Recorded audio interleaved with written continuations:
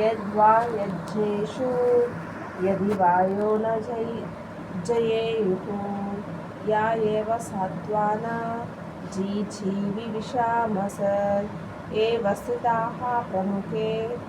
धार्तराष्ट्राः केभ्यं मास्मगमः पार्थ नैतत्त्वयुपद्यते क्षुत्रं हृदयदौर्बल्यं त्यक्त्वोत्तिष्ठ परन्तप कथं भीष्ममहं सङ्ख्ये द्रोणस्य मधुसूदन इषुभिः प्रतियोत्स्यामि पूजार्हावरिसूदन गुरुन् हत्वा हि महानुभावान् श्रेयो भोक्तं वैक्ष्यवहि पहलोके हत्वा कामं सुगुरु निहैव युगनिर्भोगान् रुधिरदप्रतिग्धान् न चैतद्विद्मः करन्तो गरियो यद्वा जयेम यदि वा नो जयेयुः या एव तत्त्वान् जिजीविषामस एव स्थिताः प्रमुखे धार्तराष्ट्राः कार्पण्यदोषोपहतस्वभावाः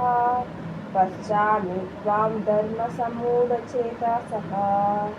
इच्छेयः शास्ति नित्यं ब्रूहि तन्महे शिष्यस्तेऽहं शाधि मां त्वां प्रसन्नं न हि तपस्यासि मामापनुद्यात्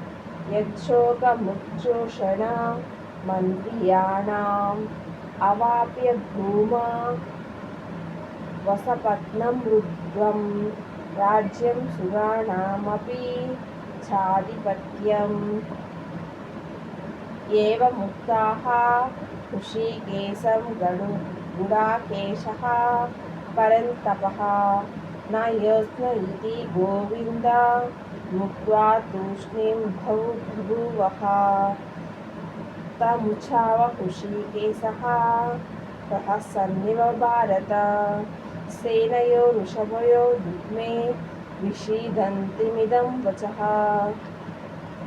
असोच्यानन्वशोचा त्वं प्रज्ञावादां च भाषते गतोऽसु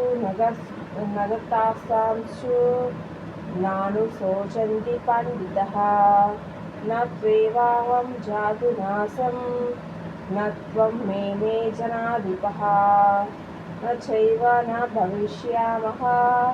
सर्वे वयतमः परम् देहिनोऽस्मिन् यदा देहे कौमारं यौवनं जरा तदा देहान्तरप्राप्तिः धीरस्ततः न मुह्यति मात्रा स्पर्शास्तु कौन्तेय शीतोष्णसुखदुःखितः अगमावापो युतो नित्या स्तां स्थितक्षतस्व भारत हम हि न व्यदयन्तेन पुरुषं पुरुषर्षभः नमः दुःखसुखधीरं सोऽमृतत्वाय कल्पते नासतो विद्यते भावो नाभावो विद्यते सतः उभयोरपि दृष्टो न त्वनयो सत्त्वदर्शिभिः अविनाशी तु तद्विद्धि येन सर्वमिदं ततं विनाशमव्ययस्यास्य न क्वचित् कर्तुमर्हति अस्तवन्ता इमे देहा नित्यास्तौताः शरीरिणः अनासिनो प्रमेयस्य तस्याद्यस्य भारत य एनं येति हन्तारं यश्चैनं मन्यते हतम् उभौतो न विजानीतो नायं हन्ति न हस्यति न जायते म्रियते न क्वचित् नायं भूत्वा भविता नावभूयः अजो नित्यः शाश्वतो यं पुरायणो न हन्यते हन्यमाने शरीरे वेदाविनाशाना नित्यं य एव जमव्ययम् कथं न पुरुषः पार्थ कं घाति यदि हन्तिकम् वासांस्ति जीर्णानि यदा विहायः नवानि गृह्णन्ति नरोपराणि तदा शरीराणि विहाय जीर्णाय अन्यानि संयाति नवानि देहि नैनं चिन्तन्ति शास्त्राणि नैनं दहति पावकः न चैनं क्लेदयन्त्यापो न सोययति मारुतः अच्छोद्योऽयमहद्यो यमः क्लेद्यो शोष्य एव च नित्यः स्वगतः शृणु रचयोऽयं सनातनः अव्यक्तो मयचिन्त्यो यमविकार्यो यमुच्यते तस्माद्देवं विदित्वैनं नानुशोचितुमर्हसि अदचैन्यं नित्यजातं नित्यं नान्यसेमामुच्यतं तदापि त्वं महाबाहो नैकं न शोचितुमर्हसि जातस्य हि ध्रुवो मृत्युः रुद्रं जन्म मृत्युस्य च तस्मात् परिहर्येते न त्वं शोचितुमर्हसि अव्यक्तादीनि भूतानि व्यक्तमध्यानि भारत अव्यक्तनिधनान्येव तत्र का परिदेवना आश्चर्यवत् पश्यति कश्चिदेनम् आश्चर्यवत् वदति त्वैव चान्यः आश्चर्यचैव मन्यः शृणोति श्रुत्वाप्येनं वेद न त्वयि देहि मत्यवमवध्योऽयं देहे सर्वस्य भारत तस्मात् सर्वाणि भूतानि तत्त्वं शोचितुमर्हसि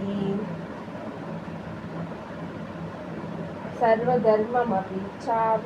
चावेक्ष्य न विकमितुमर्हसि धर्मादियुद्धाश्चेयो न्यतिक्षत्रियस्य न विद्यते यदृश्चया चोपपन्नं स्वर्गद्वारमपावृतं सुखिनः क्षत्रियाः पार्थ लभन्ते विद्धमीदृशम् अधश्चैवमिमं धर्म्यं सङ्ग्रामं न करिष्यसि ततः स्वधर्मं कीर्तिं च हित्वा पापमवाप्यसि अकीर्तं चायि भूतानि कथयिष्यन्ति देव्यहाम्यहं सम्भवावितस्य चाकीर्ति स्मरान्निदति गच्छते भयात् रणादुपपरं मत्स्यन्ते त्वं महारथः येषां च त्वं बहुमतो भूत्वा यश्चासि लाघवम् अवाच्यवादां च बहून् वदिष्यन्ति तवाहितः विन्दस्तव सामर्थ्यं ततो दुःखकरं नु किम् हतो न प्राप्स्यसि स्वर्गं जित्वा वा भोक्ष्यसे महीम् तस्मादुत्तिष्ठ कौन्तेय युद्धाय कृतनिश्चयः सुखदुःखे समे कृत्वा लाभालाभौ जयाजयो यतो युद्धाय यज्ञस्य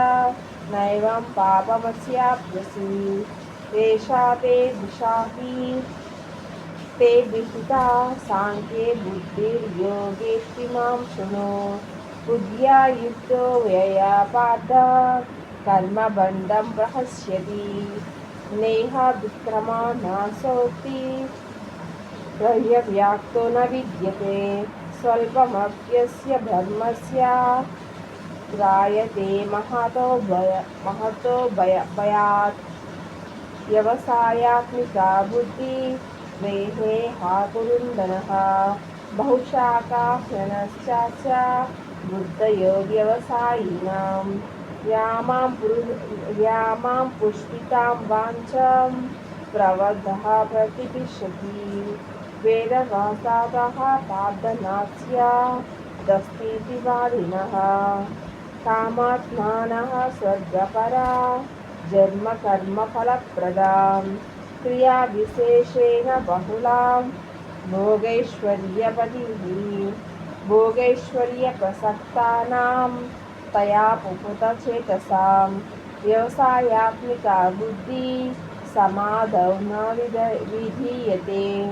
तैर्गुण्यविषया वेदा निस्तैर्गुण्यो भवार्जुन निर्वर्णो नित्यसत्त्वस्थो నిర్యోగమేక్ష ఆత్మవాన్. ఇప్పటికి 45